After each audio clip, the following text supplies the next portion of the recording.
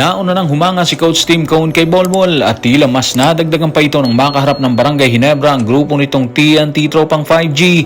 Bukod dyan, binanggit din niya na nakuha ng TNT ang gusto nitong match-up sa NLEX Road Warriors sa quarterfinals. Paniwala pa niya, posibleng makarating ang TNT sa finals. At si Calvin Oftana, sinasabing may pahiwatig na ng pag-alis sa TNT Tropang 5G.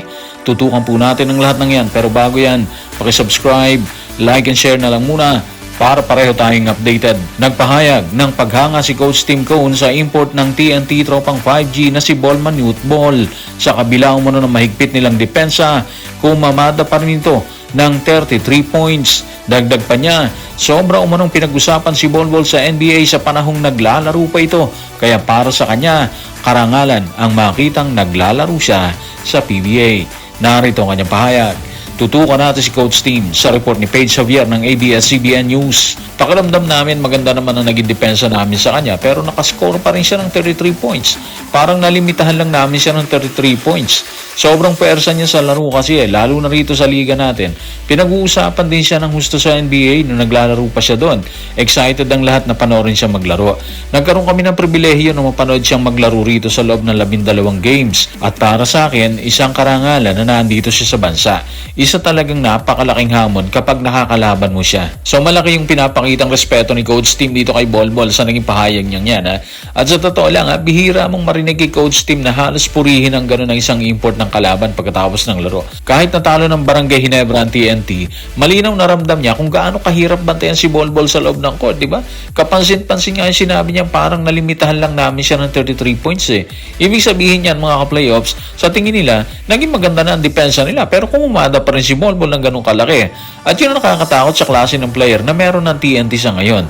Dahil kahit may bantay, kahit prepared yung depensa, kaya pa rin niyang gumawa ng puntos gamit ang haba, shooting at skill set niya na bihirang makita dito sa PBA. So kung hindi siya nalimitahan ng 33 points ng Barangay Ginebra, posible talaga naging iba yung usapan ng laro. Dahil habang tumatagal ang laban mga playoffs, mas lalo nagiging kumpiyansa si Bolbol kapag sunod-sunod yung tira niya, di ba? Nakita niyo naman yan. Kapag naka 40 o higit pa siya habang nakakakuha rin ng suporta mula sa locals ng TNT, pwedeng nahirapan ng habulin ng Ginebra yung momentum.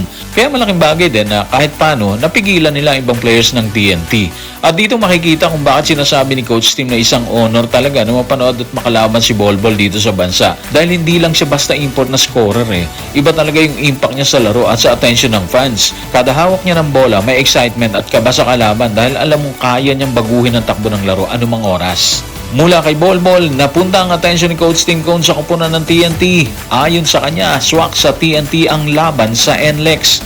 Ayon pa rin sa kanya, kayang baligtarin ng grupo ni Coach Chot Reyes ang sitwasyon at posible pang makarating ito sa finals. Narito ang kanyang kwento. Tutukan natin si Coach Tim sa report ni Bea Micalier ng GMA News Online. Sa tingin ko nakuha nila yung matchup na gusto nila laban sa NLEX. Magiging kapanapanabik na serye yan. Kayang baligtarin agad ng TNT yung sitwasyon anumang oras at bigla mo na lang silang makikita sa finals. Yan ang team na nakatutok ang mga mata ng lahat. So kapansin-pansin kahit tinalo ng Barangay Ginebra itong TNT sa huling laro nila, mataas pa rin ang respeto ni Coach Tim sa TNT, di ba? Hindi basta-basta nagsasalita si Coach Tim ng ganyan kung hindi niya nakikita yung tunay na potential ng kalaban. At malamang, alam niya mismo kung gaano kahirap talunin etong TNT Tropang 5G sa playoffs. Kasi nga ilang beses ding naging sakit ng ulo netong Barangay Ginebra yung TNT sa finals nung panahon ni Rondae Hollis Jefferson. Alam niyo yan, di ba? Kaya nasabi ni Coach Tim na kayang baligtarin agad ng TNT ang sitwasyon dahil alam niyang playoff tested ang core ng team ng TNT. Kahit bumagsak sila sa mababang seed, nandyan pa rin sila Jason Castro, si Pugoy, si Calvin Oftana, at syempre si Bolbol nga na kayang baguhin ang takbo ng serye sa anumang gabi. Alam ni Coach Tim na kapag nag-click yung TNT, bigla silang nagiging ibang klaseng team. Pero malaking hamon pa rin para sa TNT ang haharapin nilang serye kontra NLEX. Kasi nga hawak ng NLEX ang twice to beat advantage Ibig sabihin, isang panalo lang kailangan ng NLEX habang kailangang sunod na manalo ng TNT para makalusot. At delikado ang grupo ng NLEX ngayon mga ka-playoffs kasi nga buo yung kumpiyansa nila matapos ang malakas na elimination. Nandyan si Robert Bolick na naglalaro sa mataas na antas at may import din silang kayang sumubay sa physical na laban. Ang magiging susi rito is kung paano haharapin ng TNT yung pressure kasi nga wala silang safety net Kapag malamig ang shooting ng locals nila at napabayaan nilang magdikta ng tempo ang NLEX, pwedeng mabilis matapos yung serye. Pero kapag nahanap ng TNT ang rhythm nila at nabigyan ng sapat na suporta si Bolbol, posible talagang maging isa ito sa pinakamainit at pinakadelikadong quarterfinals matchup ngayong conference.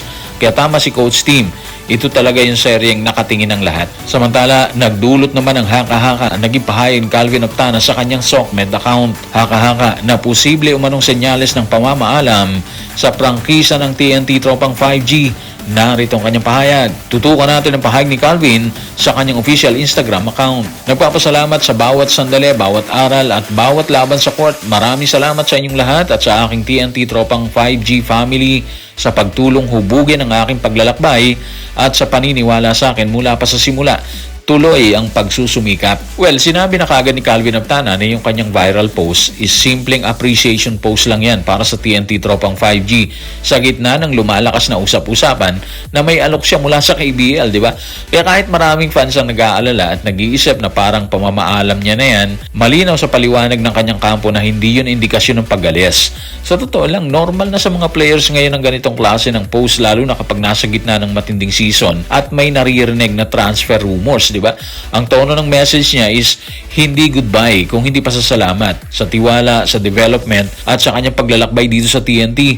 At ayon pa mismo sa kanyang agent, nakakontract pa siya hanggang 2027 kaya walang immediate na galaw na inaasahan dyan. Pero hindi rin may kakaila mga ka-playoffs na may dahilan kung bakit pinapalaki ng fans ang isyong yan. Si Octana kasi, isa siya sa pinaka-consistent na local scorers ng TNT kaya natural lang na maging target siya ng overseas leagues tulad ng KBL. Ang ganitong sitwasyon mga ka-playoffs, kahit paulit-ulit na pinabubulaanan yan, nagpapakita lang yan ng value niya bilang player sa regional market. Sa kabuuan, mukhang mas maingay lang talagang paligid kesa sa aktual na sitwasyon. Sa ngayon, nananatili si Octana sa TNT at nakafocus dito sa PBA commitments. Habang ang usapin ng KBL, nananatiling what if scenario lang sa hinaharap. So guys, maraming salamat.